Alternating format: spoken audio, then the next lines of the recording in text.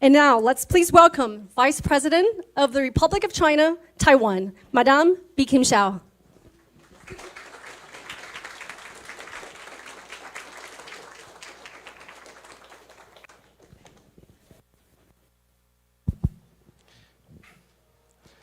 Madam Vice President, Deputy Minister Wu, Spokesperson Li, senior officials and club members, the Taiwan Foreign Correspondents Club is very pleased to be hosting Vice President Hsiao Bi-khim today. I'm sure she requires no introduction to any of us. Having served as a lawmaker, the de facto ambassador to the US, and now elected as the deputy head of state, the Vice President is one of the most powerful voices for the country. Today's event could not be more timely. Taiwan is at a key juncture, not only in safeguarding its defense and security, but also in shaping its political and economic future. As the existing international order is being reshaped, Taiwan is charting its own way ahead, forging partnerships with old friends and new partners all around the world. Madam Vice President, today you are greeting a vibrant community of correspondents, diplomats, and other international friends. This session is certainly the highlight for the club this year and marks the latest in our events with cabinet ministers, opposition politicians, experts, and VIPs from abroad. We are very much looking forward to your speech. On that note, let's invite the Vice President on stage to speak with a round of applause. Thank you.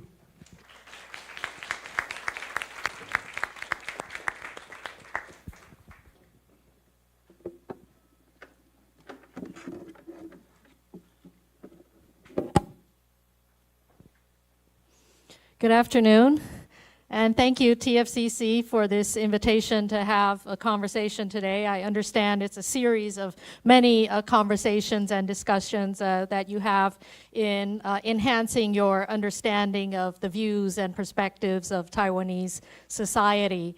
And as I was coming up in the elevator, I remarked to Thompson how, over a decade ago, during my previous engagements with TFCC, there were just about a dozen foreign journalists in Taiwan, and how TFCC has really grown over the years. And I think this is a reflection, of course, in international interests in Taiwan, but also it's good for us in the sense that you can have a first-hand perspective from the Taiwan viewpoint. And it has, as of today, it's been over a year since the people of Taiwan entrusted President Lai and our administration with the responsibility to lead this country. It's not been an easy time, I have to admit. In these 14 months, we have faced a world that is more interconnected and yet more uncertain and more volatile than ever. But despite these challenges, we remain focused on delivering what we promised: a secure, democratic, innovative, and inclusive Taiwan, anchored in global partnerships and regional stability. So in my opening remarks, I thought I'd offer some reflections on our first year and also look ahead to what we are doing now and the work still to come. Now, Taiwan doesn't live in a vacuum. We operate at the center of one of the world's most dynamic and contested geopolitical environments. We face ongoing pressures from China, militarily, economically, politically, and psychologically. And over the past year, these pressures have only intensified. We've seen escalating military coercion, sustained gray zone activities, and economic coercion. But China is only one part of the broader, more turbulent global landscape that we're in.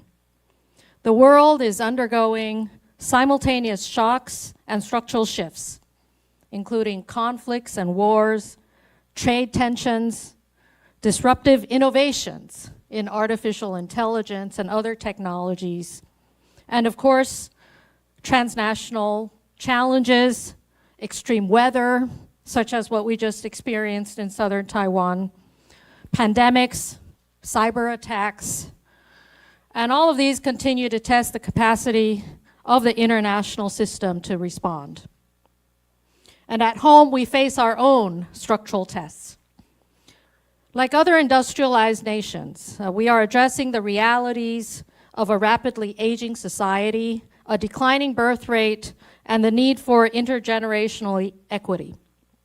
We're working to close gaps between different regions of Taiwan, between traditional and emerging technologies.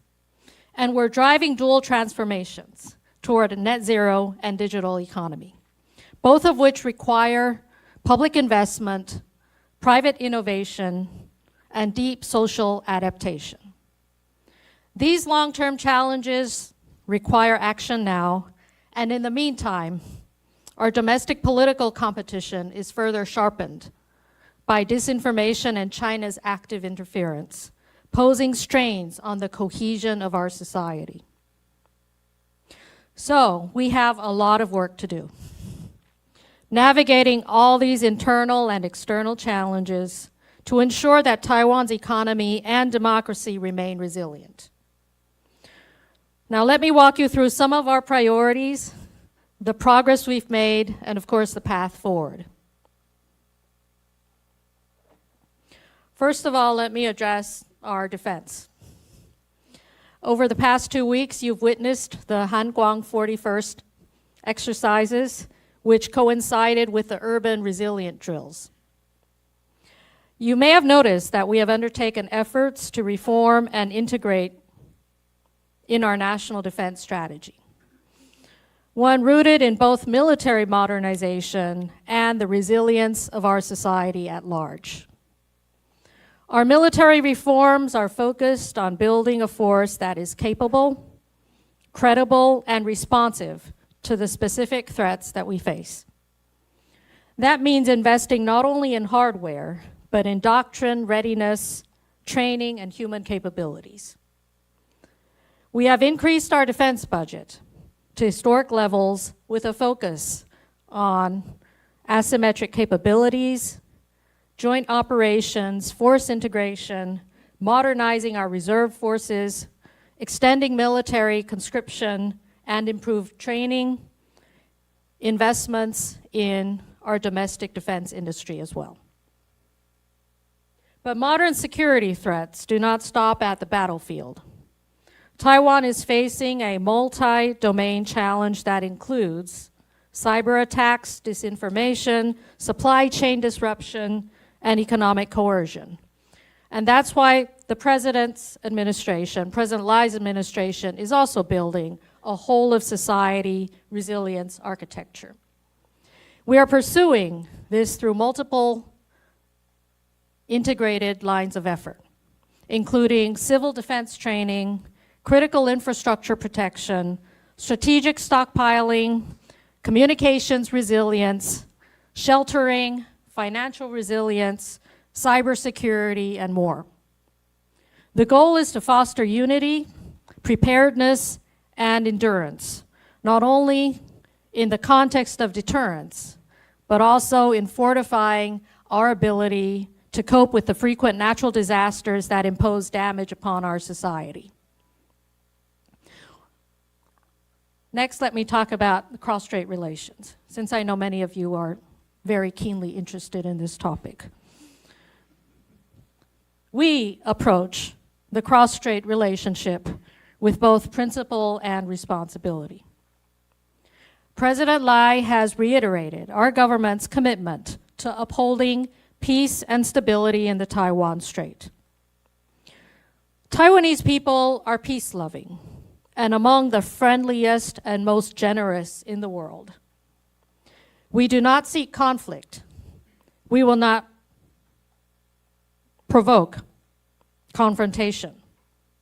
And as President Lai indicated in his inaugural speech, we have urged the PRC to dialogue with the democratically elected government of Taiwan with parity and respect.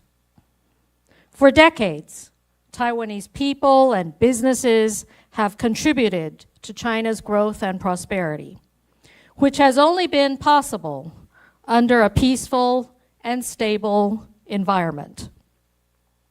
Aggressive military posturing is counterproductive and deprives the people on both sides of the Taiwan Strait of opportunities to pursue an agenda of growth and prosperity.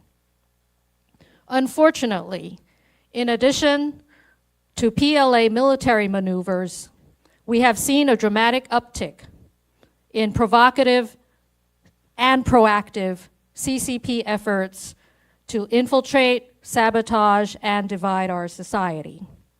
And that is why President Lai, to protect our democracy and social cohesion, has outlined 17 lines of effort in response to the CCP's deployment of hybrid tools to weaken us and disrupt the status quo. Defending the status quo is our choice, not because it is easy, but because it is responsible and consistent with the interests of our entire region. Next, let me address the economy and our international partnerships. Taiwan's economy is highly interconnected and integrated with the global economy. We are a critical node in global technology supply chains, but we are also dependent on global markets to grow and prosper. So we continue to pursue partnerships with our friends and like-minded societies.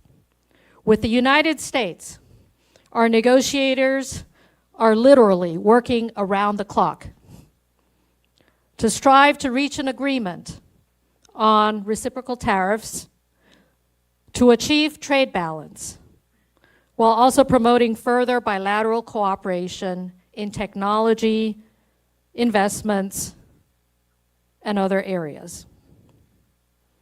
With Europe and like-minded democracies, we've expanded cooperation on trade, green technology, semiconductor supply chains, satellite and space, among other areas.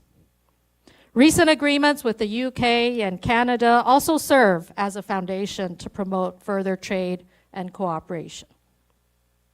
Across the Indo-Pacific, we continue our new southbound policy to foster investment, academic exchange, and regional integration. With our diplomatic allies, our foreign ministry has initiated the Allies Prosperity Project, aimed at sharing Taiwan's knowledge and services in developing key areas of digital, green, health, and resilient economies. In short, Taiwan is not only just building our economy, we are doing it in a way that is interconnected and also supports the growth and prosperity with our partners together. To remain competitive and sustainable, Taiwan is embracing two critical transitions: artificial intelligence and net zero. In AI, we are investing in data infrastructure, nurturing local talent, and promoting the responsible deployment of advanced technologies. Taiwan is committed to democratic governance in AI, governed by inclusion, transparency, trust, and innovation.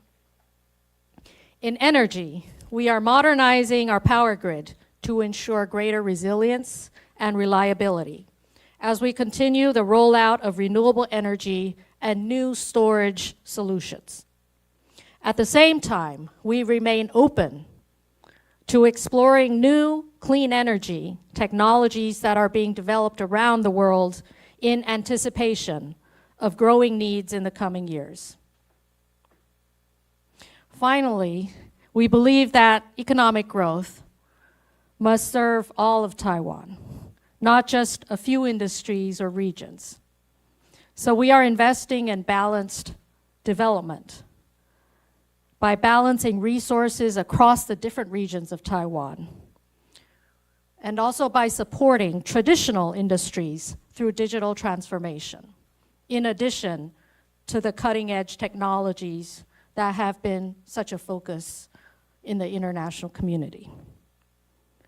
We are also working to expand childcare, elderly care, and affordable housing, education access, so as to ensure, again, growth is balanced and inclusive.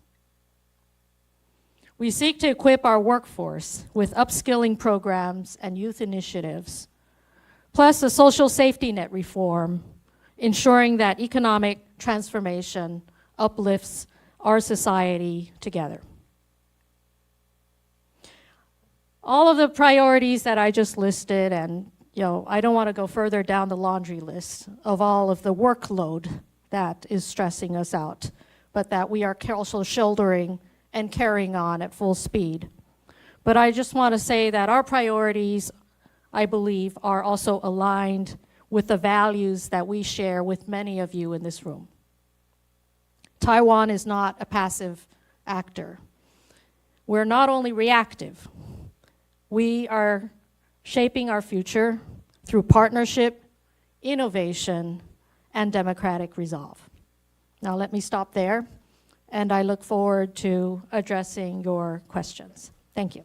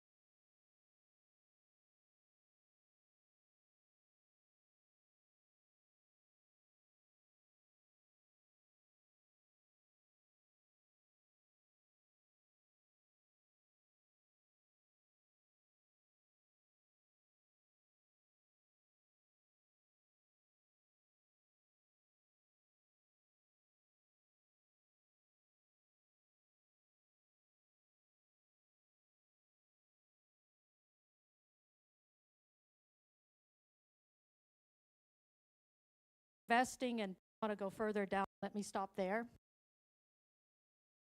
And I look forward to addressing your questions. Thank you.